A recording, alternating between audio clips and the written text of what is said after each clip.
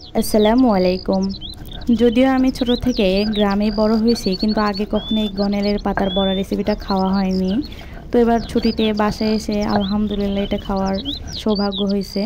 তো এর জন্য প্রথমে আমি ডালগুলো বেটে নিয়েছি, সাথে গনেলের পাতা বেটে নিয়েছি। অনেকে গনেলের পাতাটা চিনবেন না, তাদের সুবিধার্থে আমি প্রথমে গনেলের পাতার ছবিটা দিয়ে দিয়েছি। তো সাথে আদা রসুন জিরা আর মরিচ বেটে নিয়েছি, তার সাথে দিয়ে দিয়েছি কিছু পরিমাণ পেঁয়াজ কুচি। তার সঙ্গে লাগবে হচ্ছে পরিমাণ মতো চালের গুঁড়ি, পরিমাণ মতো লবণ, পরিমাণ মতো হলুদ, আর সাথে লাগবে একটা ডিম। তো এখন উপকরণগুলো ভালোভাবে মিশিয়ে নেওয়ার পালা। আপনি যত মনোযোগ দিয়ে যত সুন্দর করে এটি মাখাবেন তত মজা হবে। তো এই তো গোল গোল শেপ করে লাল লাল করে ভেজে নিতে হবে। এই সময় চেষ্টা করবেন চুলার আঁচটা মিডিয়ামে রাখার, তাহলে বড়াগুলো খেতে অনেক বেশি মুচমুচে হবে। তো এই তো বলতে বলতে কিন্তু আমার বড়াগুলো প্রায় রেডি হয়ে গেছে। তো আজকের রেসিপিটা কেমন লাগলো অবশ্যই কমেন্ট করে জানাবেন। আর এতক্ষণ ভিডিওটি দেখার জন্য অবশ্যই আপনাদের ধন্যবাদ।